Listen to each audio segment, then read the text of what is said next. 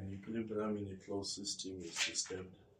The system will reinstate a new equilibrium by favoring the reaction that opposes the disturbance. So I'm going to look at a reaction.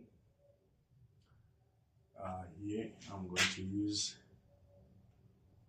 a reaction where sulfur dioxide reacts with oxygen. This is gas. Gas is giving us sulfur trioxide. Maybe you can make this one 2. Then we're gonna make this one 2. If we have 2 sulfur, 4 plus 2, 6 oxygens balanced. So in this reaction, we want to look at what is going to happen when we increase pressure. So how is the amount of sulfur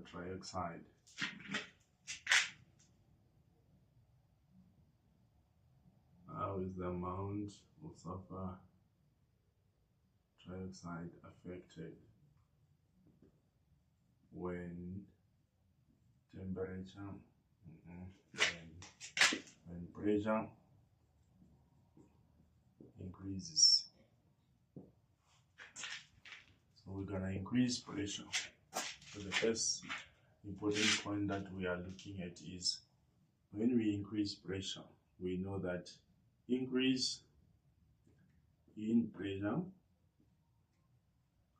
favors a reaction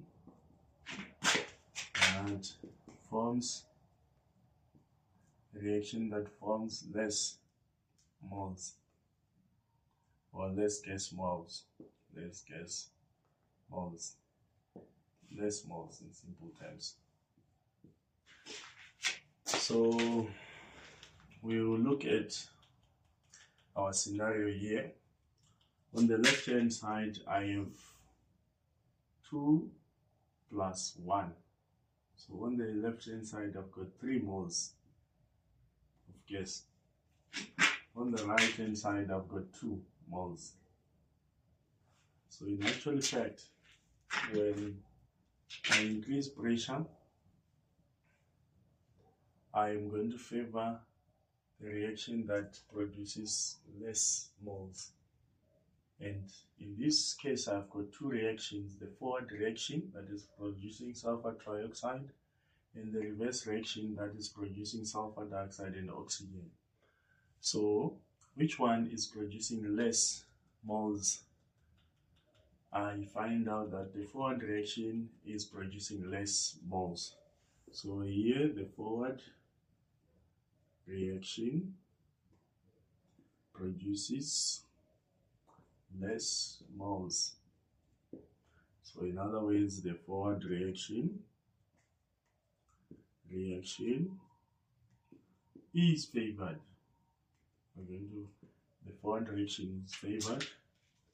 So since the forward reaction is favored, we can basically say the equilibrium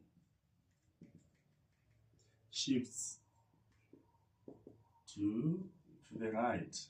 That is, if we are asked about in which direction is our equilibrium going to shift, we can say equilibrium shift to the right. Then it therefore tells us that the amount